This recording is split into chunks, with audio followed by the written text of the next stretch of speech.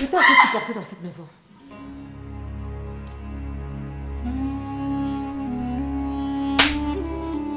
Je t'ai assez respecté dans cette maison. Mais comme tu ne connais pas le sens du respect, je vais te l'apprendre. Tu ne peux tromper que les autres avec ça, Gabriel. Mais sache que le combat qui t'oppose à moi est loin d'être terminé. À la fin, c'est toi qui risquerais de partir de ce village. Je te le promets, tu peux compter sur moi. Cesse de t'embrouiller, Moïse. Cette portière ne s'ouvrira pas. Tant que tu continues à jouer au têtu, tu me feras encore sur ton chemin. Et tes affaires continueront à chuter. Mais tu m'as toujours dit que ton père avait beaucoup d'argent, non? Comment tu te retrouves à vendre tes propres vêtements? Regarde, écoute, tu sais, j'ai toujours été curieux de me mettre dans la peau des gars qui se battent seuls pour subvenir à leurs besoins. Donc ce qu'on disait là était vrai? Madame, vous ne le verrez plus jamais dans ce village. Le chef a demandé qu'il soit chassé du village. Allez, go là, allez, go. Avance. Allez. Cet imbécile de fils de Tagne a osé me faire convoquer. Il a manifestement soif de problèmes. Je vais lui en faire boire jusqu'à la lie. J'en ai marre. Tout le temps, vous m'emmerdez avec vos inepties dans cette maison.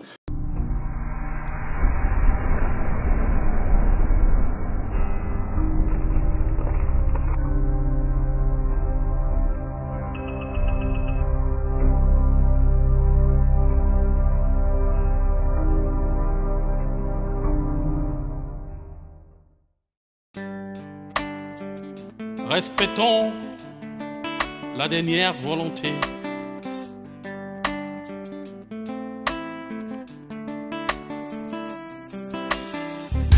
Dans la vie, nous devons avoir du respect pour l'âme de celui qui n'est plus.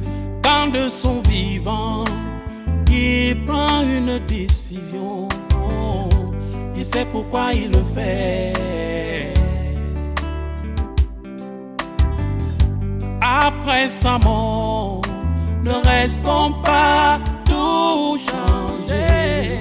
Attention, ça va nous rattraper. Respectons la dernière volonté. N'oublions surtout pas qu'il existe une justice divine. Respectons la dernière volonté. N'oublions surtout pas qu'il existe une justice divine. Dans la vie, nous devons avoir du respect pour l'âme de celui qui n'est plus. Quand de son vivant, il prend une décision, il sait pourquoi il le fait. Après sa mort, ne restons pas toujours. Attention, ça va nous rattraper. Respectons la dernière volonté. N'oublions surtout pas qu'il existe une justice divine. Respectons la dernière volonté. N'oublions surtout pas qu'il existe une justice divine. Je croyais que tu n'allais pas venir. Je suis venu vous dire que toutes les menaces que vous m'avez proférées au téléphone ont été enregistrées. Et s'il m'arrive quelque chose à moi ou à quelqu'un de mien, je vous le ferai payer très chèrement. Un pauvre avocat comme toi, tu peux faire quoi à qui? Avec tes minables revenus là, toi tu peux faire quoi à qui? Si vous êtes aussi fort que vous le proférez, vous ne me menacerez pas aussi mystiquement, monsieur Fossi. C'est toi qui t'agites. Tu t'agites comme un fort. Et en tant que tel, tu devrais être paré à toutes les éventualités. C'est maintenant que je comprends que vous êtes quelqu'un de véritablement belliqueux. Je ne comprends pas ce que vous venez chercher dans un problème qui m'oppose avec le chef. Je suis désolé de le constater de ta part. Un intellectuel comme toi devrait comprendre que le chef incarne une institution. Si quelqu'un s'attaque au chef, il s'attaque à tout le village. De surcroît, je suis un notable dans ce village. Je ne peux même pas tolérer. Et que deviendra mon père que vous avez jeté dans la rue? Il faut lui construire hors du village et tu l'y installes. Comme tu t'agites trop là. Merci, monsieur Fossi.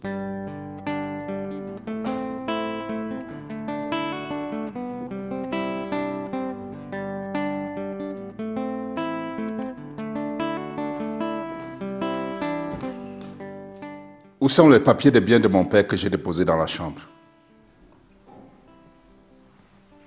Ton père est mort. Il ne vit plus.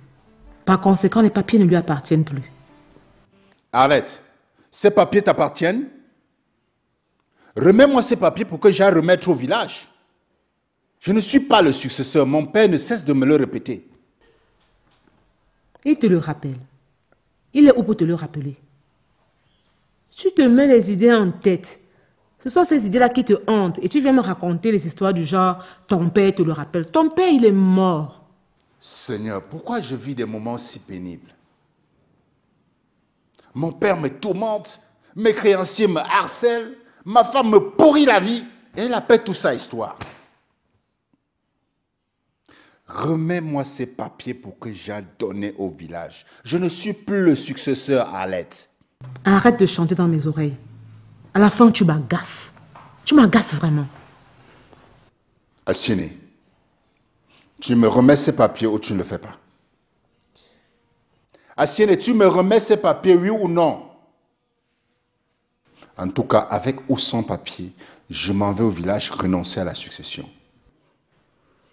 Tu es vraiment sérieux, chérie? Tu vas vraiment au village?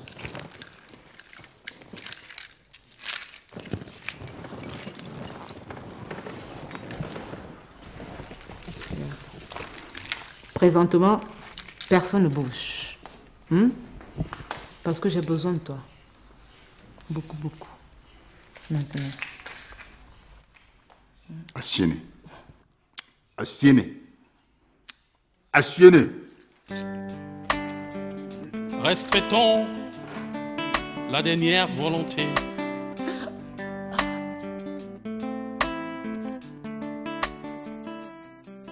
Au secours! Au secours! Boss! Patron!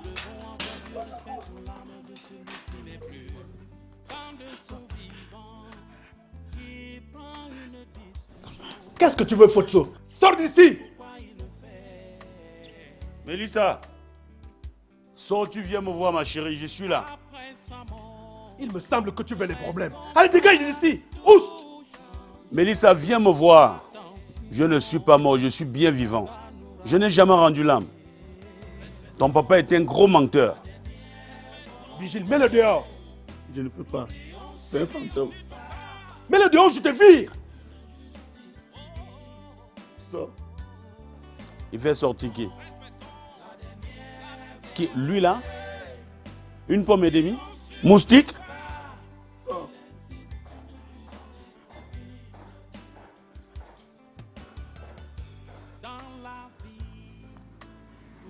Sors. Tu veux mourir?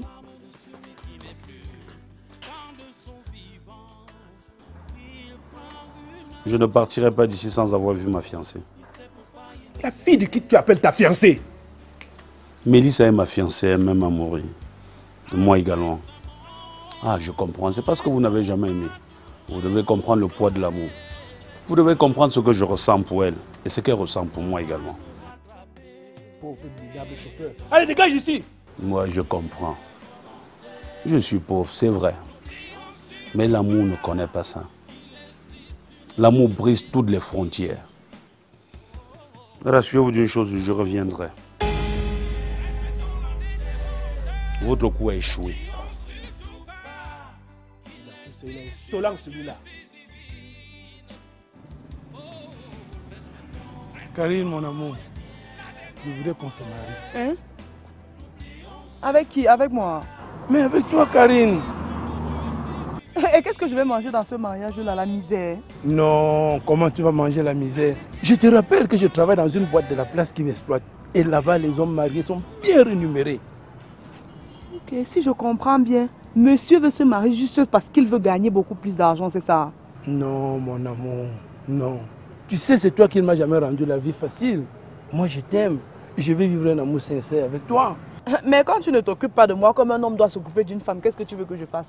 Mais Karine, je ne peux que faire la politique de mes moyens. S'il te plaît, mon amour, je t'aime, je vais vivre avec toi. Je vais réfléchir. Allons acheter d'abord ce qu'on avait vu là-bas, ce que j'avais vu là-bas. Là. Allons-y.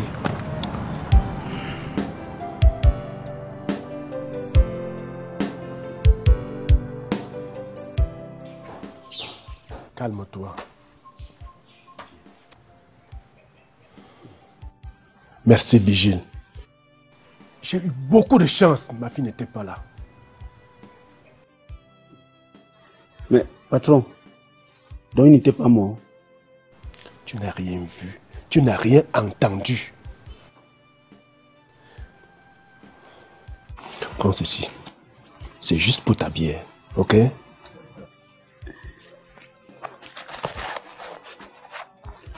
Oui, boss, vous pouvez compter sur moi.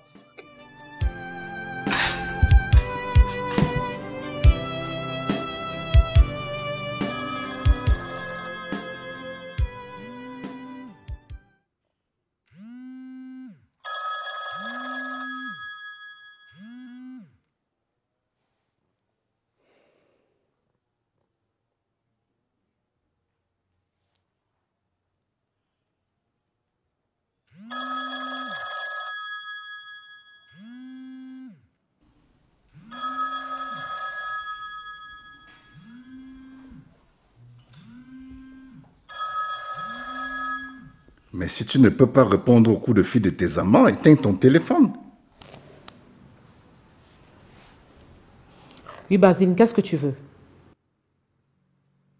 Sinon quoi?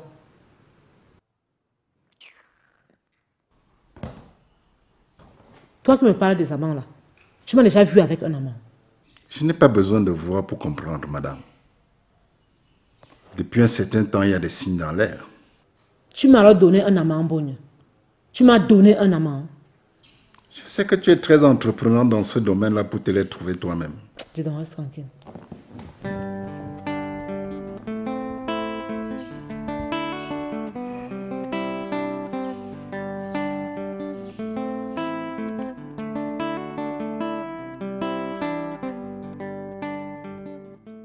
Mais monsieur, tu abandonnes ton poste pour te livrer à la balade?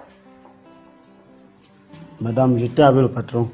Qu'est-ce que tu faisais avec le patron? C'est déjà la fin du mois. Non, madame. Il me laissait certaines consignes. Maman, allons. Ton père et toi avez la mauvaise habitude de prendre les employés comme des amis.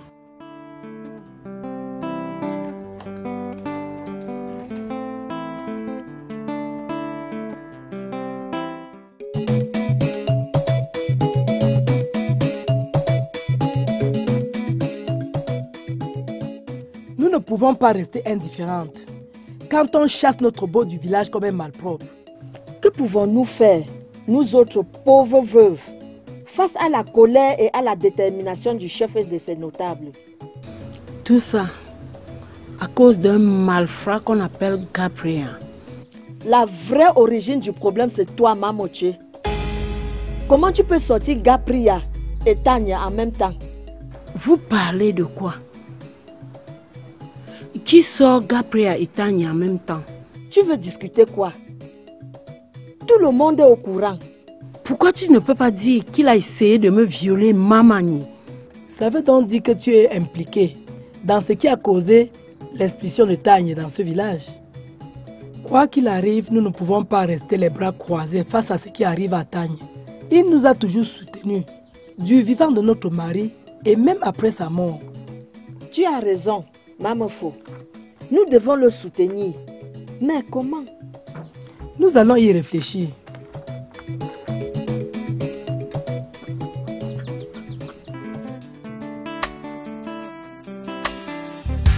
Dans la vie, nous devons avoir du respect pour l'âme de ceux. Bien, c'est ce qu'on va faire. Je vais appeler mon chauffeur. Il vient nous chercher, il te dépose et il me ramène. C'est une bonne idée, là.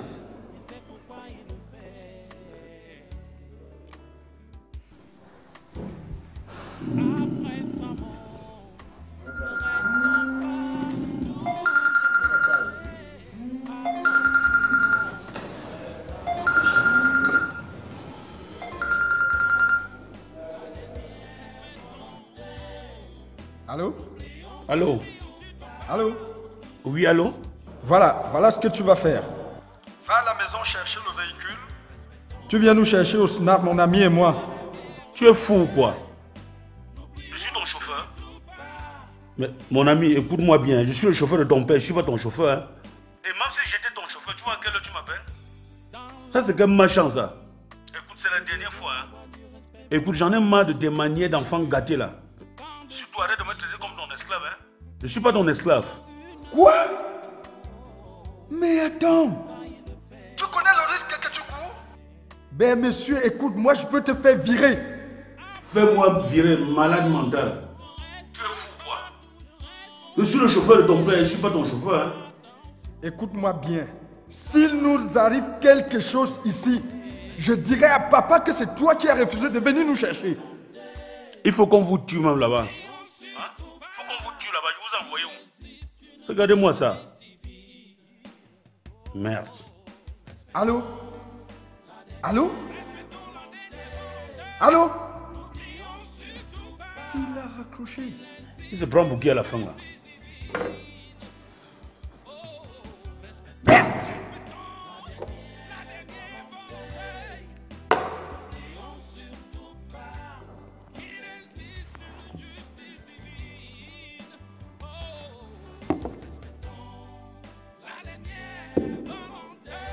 On m'a souvent dit ici que c'est toi le papa Yéyé.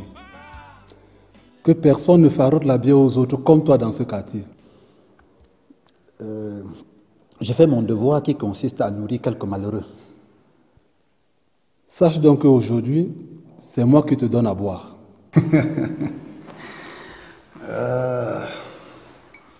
Si tu le peux, hein, s'engager à donner la boisson à un entonnoir comme moi, il faut avoir de quoi tenir le pari. Si c'est pour ce côté-là, le père, laisse tomber. J'ai le ballot. Tu dois rester tranquille. Un gardien à quoi? J'espère que ce n'est pas sur ton maigre salaire de 35 000 francs là que tu comptes pour faire le bruit. Je ne suis pas un simple gardien. Hein. Je suis devenu un homme de Dieu. Et ça paye gros. Le gardiennat, c'est quoi? Un gardien qui devient homme de Dieu. S'il te plaît, épargne-moi de tes contes de fées.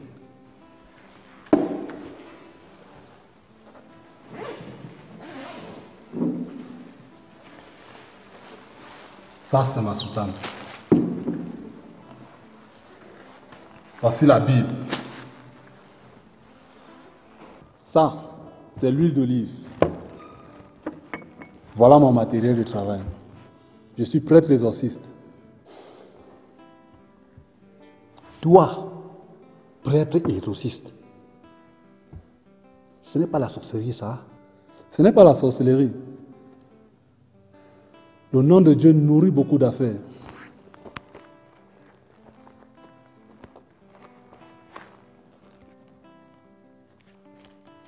Et ça, c'est le fruit de mon travail de prêtre exorciste. Tu vois que ça paye, non? Ça veut dire quoi cette histoire? Tu as déjà vu un homme qui vend le nom de Dieu être pauvre? C'est vrai que non. Tu dois donc comprendre que vendre le nom de Dieu et parler de lui est un très grand business. En tout cas, buvons. Je ne vais pas t'en dire plus ici maintenant. Mais je compte bien ouvrir mon église.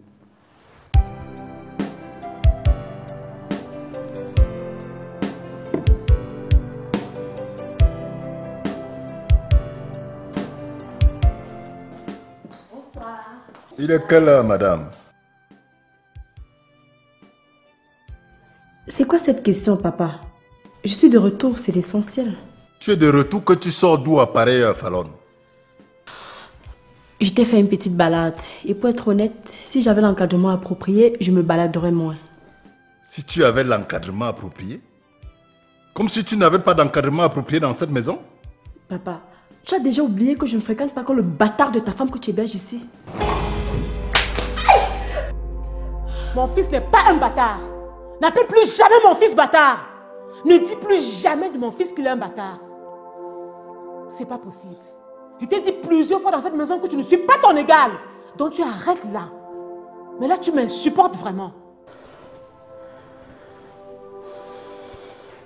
C'est par respect pour mon père que je ne riposte pas. Tu me connais. Te connaître? Te connaître en tant que quoi? En tant que qui? Je te l'ai déjà dit. Ça commence à bien faire. Tu m'exaspères déjà. Arrêtez. Tu m'insupportes. Arrêtez. Gaston, cette petite insolente doit quitter cette maison. Elle m'insupporte. Elle me sort vraiment de partout. Arrêtez-moi ça! Chère belle-mère, je t'ai déjà dit que s'il y a quelqu'un qui doit partir de cette maison, eh bien c'est toi. Tu prétends être la femme de mon père, alors tu es incapable de lui faire un enfant. Femme stérile. Folon!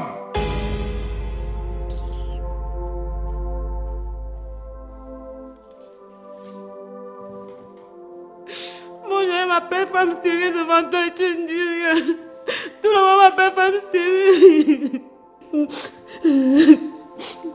Une femme stérile.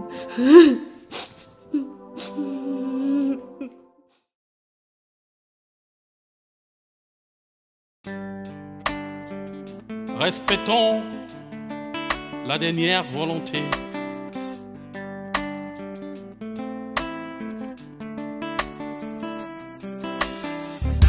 Dans la vie, nous devons avoir du respect pour l'âme de celui qui n'est plus. Quand de son vivant, il prend une décision, il sait pourquoi il le fait.